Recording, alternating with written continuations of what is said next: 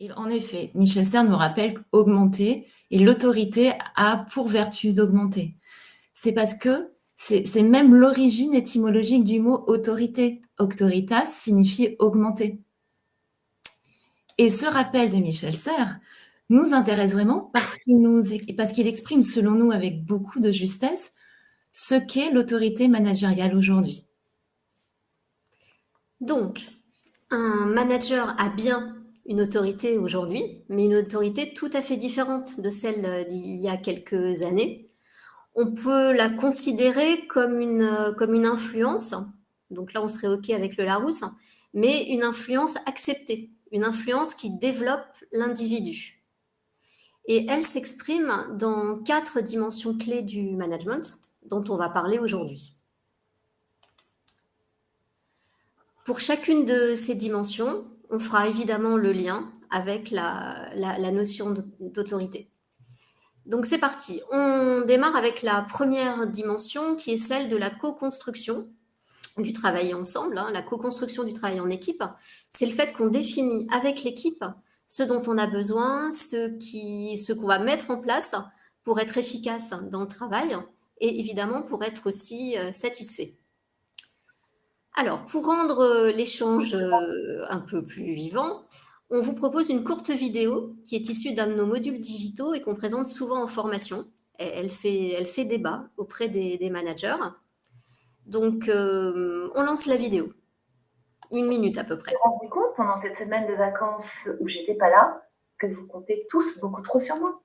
À la moindre décision à prendre, au moindre problème qui surgit, vous me sollicitez. Alors, je sais bien que c'est par souci de bien faire, mais on ne peut pas continuer comme ça.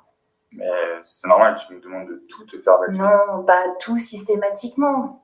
Bon, moi, de toute façon, ce que je voudrais là maintenant, c'est que vous deveniez tous plus autonomes. Alors, sur quoi, par exemple? C'est facile. Quand, au lieu de venir me voir avec un problème, vous venez me voir avec des pistes de solutions auxquelles vous avez pensé, et on va trancher ensemble. Tu vois, par exemple, au lieu de me dire « un tel ne m'a pas donné les informations malgré mes X relances », vous venez me voir en m'expliquant les biais par lesquels vous comptez récupérer cette information. On peut aussi résoudre le problème sans toi.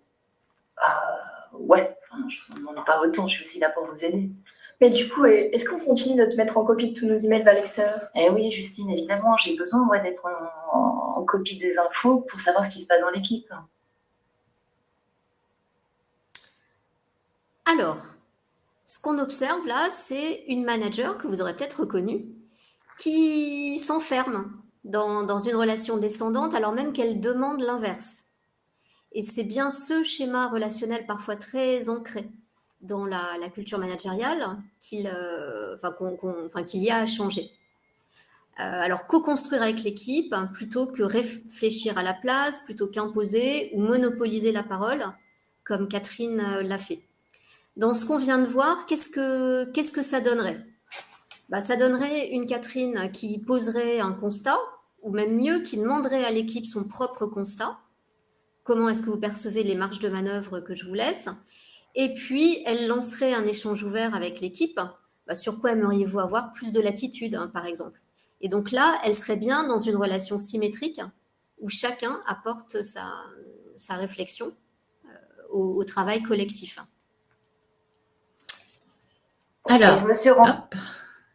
Alors, ça paraît simple comme ça, mais on garde bien en tête au gymnase les réactions des managers que nous rencontrons dans nos formations. Parce que ces managers, ils nous disent « Ouais, c'est bien beau tout ça, mais est-ce que ça veut dire qu'on ne décide plus ?» Alors, si, bien sûr, et on verra ça tout à l'heure, c'est-à-dire qu'il y a un cadre, et dans ce cadre, il va y avoir des choses non négociables. Mais pour être entendus aujourd'hui, et suivis surtout, les managers doivent à tout prix embarquer en impliquant les équipes. Alors, impliquer sur quoi, par exemple? On peut impliquer sur le sens du travail. Le manager n'est plus celui qui dicte une raison de faire les choses, mais c'est celui qui va réunir l'équipe pour exprimer une vision, une stratégie et faire émerger du collectif le sens du travail. Une question clé peut aider le manager, c'est à quoi voulons-nous activement contribuer? Il peut impliquer sur également l'organisation, le fonctionnement de l'équipe, la qualité des relations au sein de l'équipe.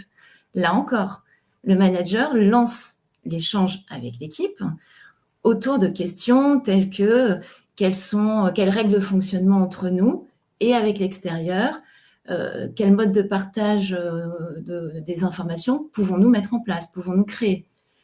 Comment bien vivre également ensemble au quotidien, notamment en mode hybride.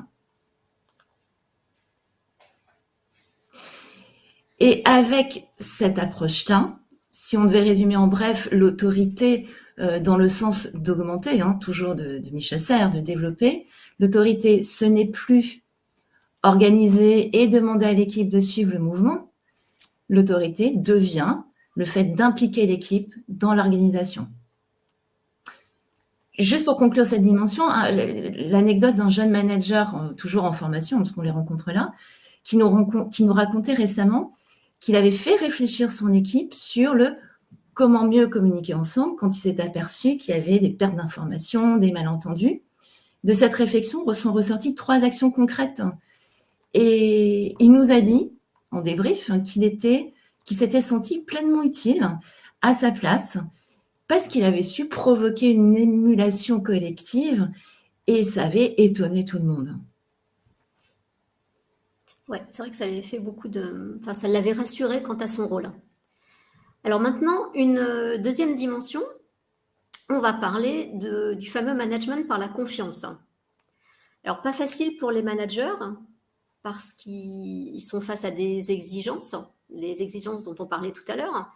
Et donc, la tendance naturelle, ça peut être de suivre de près le travail qui est fait, de mettre la pression, de contrôler ou de faire à la place pour que les choses avancent. Donc, performance, confiance, performance. Pour eux, il y a là une sorte d'injonction contradictoire. Alors, comment est-ce qu'on peut les aider? Qu'est-ce qui rend la confiance possible? Qu'est-ce qui la rend productive dans le travail? Alors, pour nous, il y a une chose avant tout, c'est le cadre. Et on pourrait dire que le cadre, c'est l'autorité suprême. Et le manager est le garant de ce cadre. Alors, grande question, qu'est-ce qu'on met dans ce cadre? Alors, évidemment, des choses qu'on sait tous, rien de très, très original. Des règles de fonctionnement et de vie en communauté, de communication, donc des droits et des devoirs. On met des attendus, mais des attendus précis. Donc, on définit tout au long de l'année avec l'équipe des objectifs sans ambiguïté. On met des rituels, des points de feedback pour échanger justement sur l'atteinte des objectifs, sur les obstacles, sur la charge de travail, etc. Bon, alors du coup, qu'est-ce qui reste comme place en vrai pour la confiance alors? Bien, pour la confiance, c'est une fois ce cadre établi, il devient possible de poser des vrais actes, des choses concrètes, comme par exemple raisonner résultat attendu plutôt que temps de présence. Par exemple, promouvoir le partage de pratiques, la résolution de problèmes entre pairs et sans le manager. Et de fait, s'extraire de l'opérationnel. C'est l'équipe qui va choisir son comment faire, qui va proposer des idées, des solutions. Ce qui implique évidemment de déléguer, de donner le droit à l'erreur, d'accepter que les choses soient faites parfois autrement que ce qu'on aurait fait soit manager, et garder en tête que le manager n'est plus le seul sachant, il n'est plus le sachant, n'est plus le seul sachant. Et finalement, pour nourrir cette confiance, il s'agit de combattre notre surprésence, c'est-à-dire tous ces moments où je pourrais ne plus valider, ne plus décider. Et donc là, ce qu'on peut se dire, c'est que, et ça, c'est pas si facile, c'est que finalement, manager par la confiance, c'est pas mettre en place un contrôle allégé, c'est pas non plus ne plus contrôler du tout, mais c'est créer des vraies conditions de l'autocontrôle du collaborateur. C'est en effet une façon de marier le cadre et la co-construction, ce qui veut dire qu'on définit des objectifs clairs et le moyen pour le collaborateur d'en suivre l'avancement. On fait des points de feedback réguliers, mais ces points de feedback démarreront toujours par la perception du collaborateur lui-même. Donc on n'est pas comme à l'école, où c'est l'enseignant qui évalue. On renverse la logique relationnelle. C'est le collaborateur qui s'auto-évalue et on partage avec lui nos perceptions communes. Pour nous, c'est par ça vraiment que passe le management par la confiance aujourd'hui. Donc, l'autorité sur cette deuxième dimension, toujours dans le sens d'augmenter, de développer. L'autorité, c'est pas montrer qu'on sait, c'est pas contrôler, c'est responsabiliser, c'est vraiment de donner de l'autonomie. C'est vraiment ça l'essentiel. On part sur la dimension 3. Donc, dimension 3, on va vous parler de dynamisation des réunions, c'est-à-dire qu'on veut des réunions collaboratives, participatives, sinon rien. Alors, pourquoi être aussi catégorique ? Eh bien, je vais vous raconter une anecdote.